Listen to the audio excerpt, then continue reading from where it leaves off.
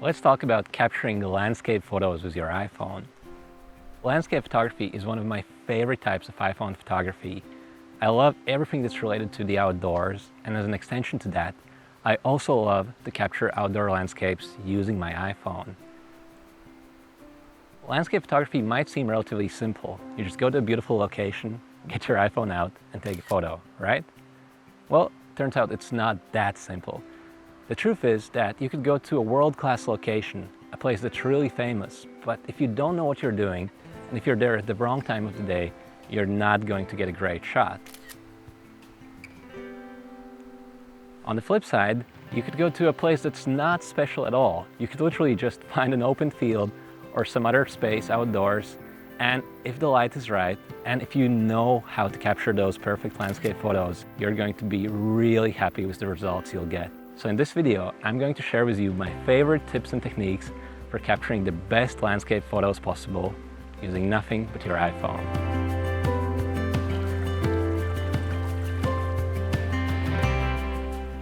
So for this video, we've traveled to this orange rock that's next to me, and this is actually a well-known place in Latvia. Unfortunately, we don't have any mountains here.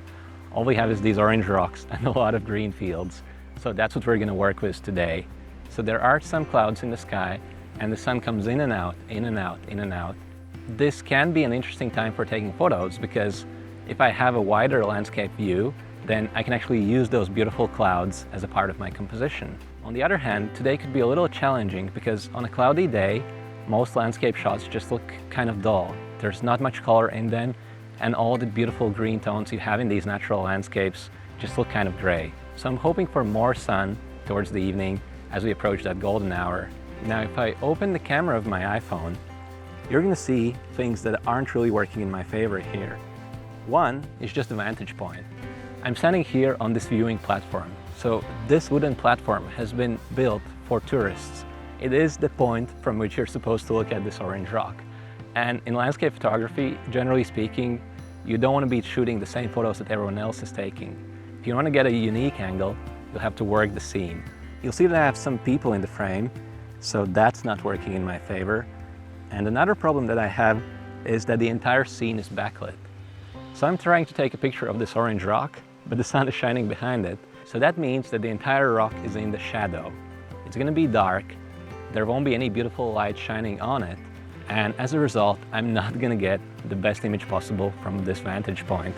And finally, when that sun does come out, I'm also getting those lens flares to the bottom right-hand section of the screen, and that is because the sun is shining directly into the lens of my iPhone. So there are a lot of problems with this spot, but of course I'm not going to give up here. I think there should be many more photo opportunities involving this rock, as well as this entire area. If I go to the other side of the river, that sun is going to be behind me, and hopefully it's going to illuminate the scene, so I won't be looking at shadows. If the sun is going to be behind me, then what I'm taking photos of will hopefully be in the sun, and that's going to stand out a lot more than having the entire picture be in shade. So let's go to the other side, and let's see what it's like there.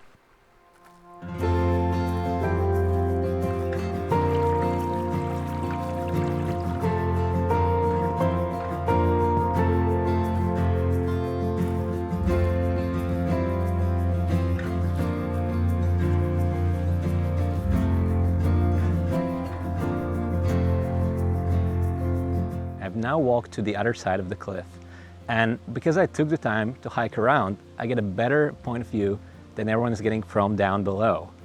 So if I open the camera app of my iPhone, you'll immediately see that this looks so much better. And the first thing you'll notice is the light. Right now, the sun is behind me, so the scene is no longer backlit. In fact, there's going to be hopefully some light shining directly into the scene, and that way I can get a better photo where the most interesting parts of the image will be illuminated by that afternoon sun. Now you'll also see that I have a very three-dimensional image. I have some interesting roots at the bottom left-hand corner of the frame. Then I have the orange rock that's kind of in the middle ground, and that river is extending into the distance as a leading line. And when you're thinking about how to compose a landscape photo, a good rule of thumb is to never just get caught up in that magnificent view in the background. A good landscape photo doesn't just have the background. A good landscape photo typically shows depth, and one of the easiest ways to show depth is to have interesting foreground, middle ground, or background, or at least two of these. So you could have interesting foreground and interesting background. So I'm quite happy with what we have framed up here. So I'm gonna go ahead and press the shutter.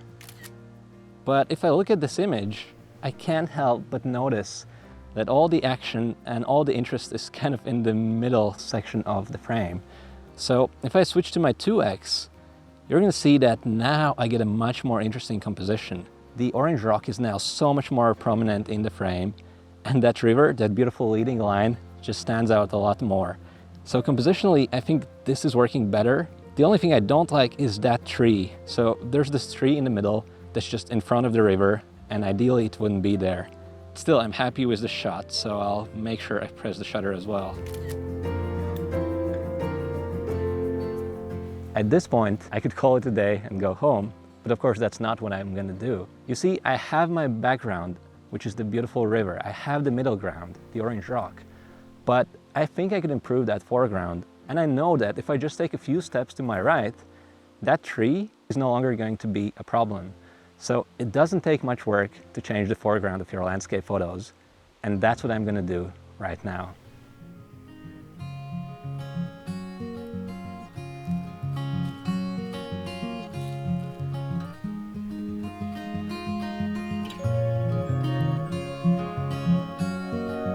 So I've walked just a few steps to my right, and now I'm looking at an entirely different photo.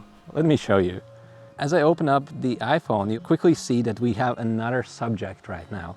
So that house that's standing in the middle of that field in the background, that is also a subject in this landscape photo.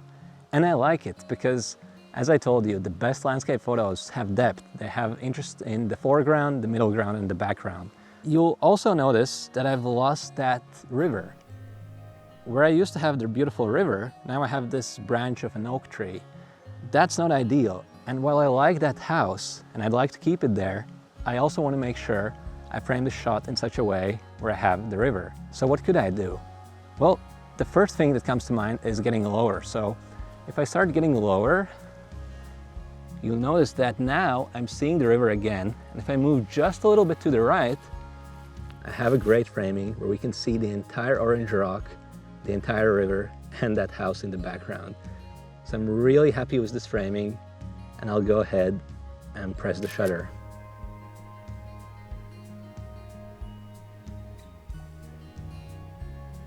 So just by moving a few feet, and then by changing the height from which I shoot, I was able to get a radically different photo with all three elements in the frame. So photography is often a game of inches. All you have to do is just move your iPhone around just a tiny bit, and those tiny little changes can actually result in dramatically different photos. But honestly, I think this could be even better if I stayed here for maybe half an hour to an hour, and if I waited for that light to get lower, because during the golden hour, I think that building and the fields around it would look even better. I'm not going to be here standing in this spot for another hour. Instead, I want to keep exploring because I know this is an incredible area. The light is only going to get better and better, and I'm sure there are many more photo opportunities that I still haven't found. Let's keep exploring and let's see what else we can come up with.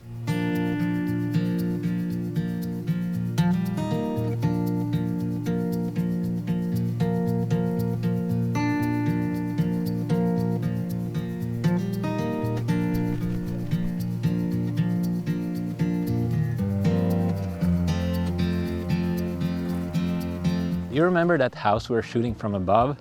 Well, I've come closer to this house, and I think it's going to make for a spectacular photo opportunity. Let me show you. You'll immediately notice that we have this house on the right-hand side of the frame, and on the left, we have this road.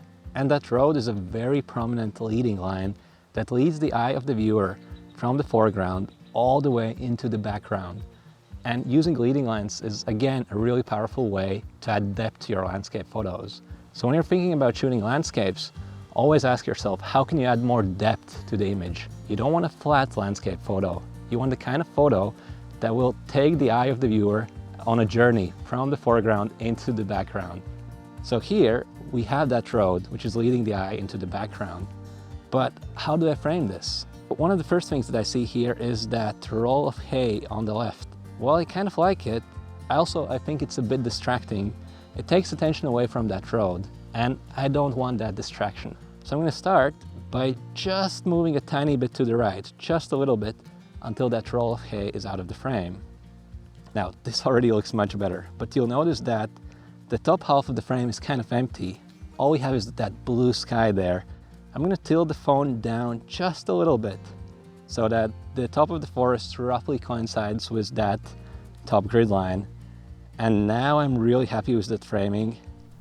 I'm going to go ahead and press the shutter. Now, there are a couple of things that are really working in this photo. One is the leading line that creates depth. We already talked about that. Another thing that's working is the evening light. So we are now entering the golden hour, and this is the best time of the day for landscape photography. We have this beautiful, soft, warm light, and it just illuminates the scene in a really good way. So the light is definitely working for us. What I also like about the shot is that we have those strong visual elements. So we have a clear subject, which is the house, and we have that road. And even though landscape photography is about capturing the natural landscape, oftentimes human-made elements such as houses or roads can really add another layer of interest to your images. You don't want to take a photo of just the forest or just a field. That doesn't work. That's an empty photo. You need some kind of interest. You need a subject. You need something that will take the eye of the viewer through the frame. And with this road and with this building, that's what we have here. But now let's see if there's anything else we can find while we have that beautiful golden hour light.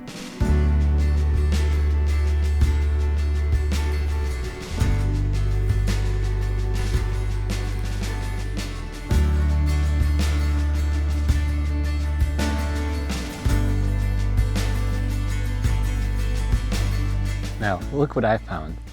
I'm going to open up the camera app, and I'm in my 2x view, and look at this composition. You'll see that we have this leading line that's extending from the bottom left-hand corner of the frame into the distance. And this is actually really unusual because the line where those beautiful white flowers start, that is actually my leading line. And you can see how it's snaking through the frame into the distance. Now, on the right, we have all these beautiful oak trees, and in the background, we have that golden hour light.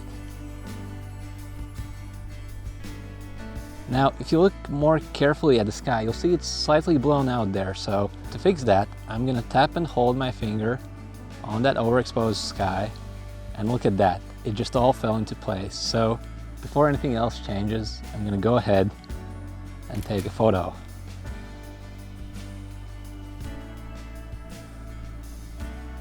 And while I like this photo, I think it's really good, there's something really interesting going on over there. Let me show you. Now, if you look at this view, you'll see that we have a part of the field that's in the shadow, and then there are parts that are in the sun. And there's this really interesting shadow that's forming kind of where the hill is facing me. And that looks really interesting, but this isn't quite the right spot from which to take this photo. So before this changes, I gotta go check this out.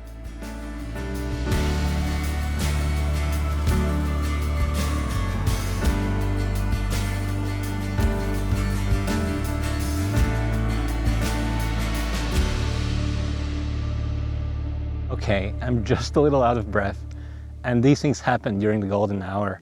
It is so short, and if you want to get the best shots possible within that limited amount of time, you will find yourself out of breath, just like I am now. The setting sun is very close to the horizon. In maybe 10-15 minutes, the light will be gone, and the golden hour will be over. But until that happens, if you look at this hill, it has all those undulations and waves. So there are parts of the hill that are in the sun, and parts of the hill that are in the shadow. If you can capture light like that in your landscape photos, that always works out really well. So before anything else changes, I'm gonna go ahead and start taking photos. Now, you'll notice that I've framed that lone tree, or that group of trees, right around the top right intersection of grid lines. And from that point, we have those clouds coming out. So that's working really well.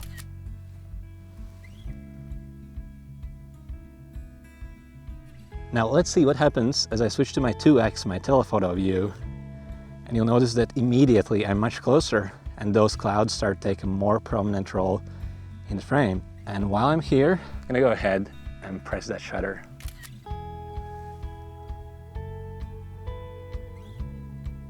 But as I was talking, those shadows and that light, they're moving around. So if I want to keep capturing this before this drama ends, I got to keep moving as well.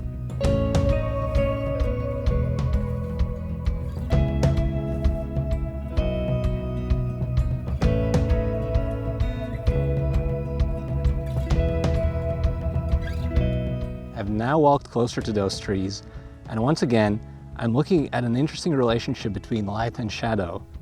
So what's happening here is that there's just a bit of a dip leading into the distance, and that looks like a road. And that's all I need to show an interesting pattern of light. Now, while I'm here, there's one lens I haven't yet tried out, and that is my ultra-wide angle lens. So the ultra-wide can work really well if you have a prominent foreground that you'd like to emphasize. So I'm gonna go ahead and frame this up centrally so that we have about the same amount of sky and the same amount of field, so we can get the best of both worlds. I love that sky, and I also love that grass that's catching those last rays of sun. So I'm gonna press the shutter. Wow. In just a few minutes, we've captured many really interesting, really unique shots, and it's all because of that light. If the light wasn't like this, if we didn't have those last minutes of the setting sun catching this hill at a very low angle where we can see shadows and light, this photo would honestly be nothing. But because I'm here at the right time of the day, I can capture something truly special in a place that's honestly quite usual. And that's the beauty of photography.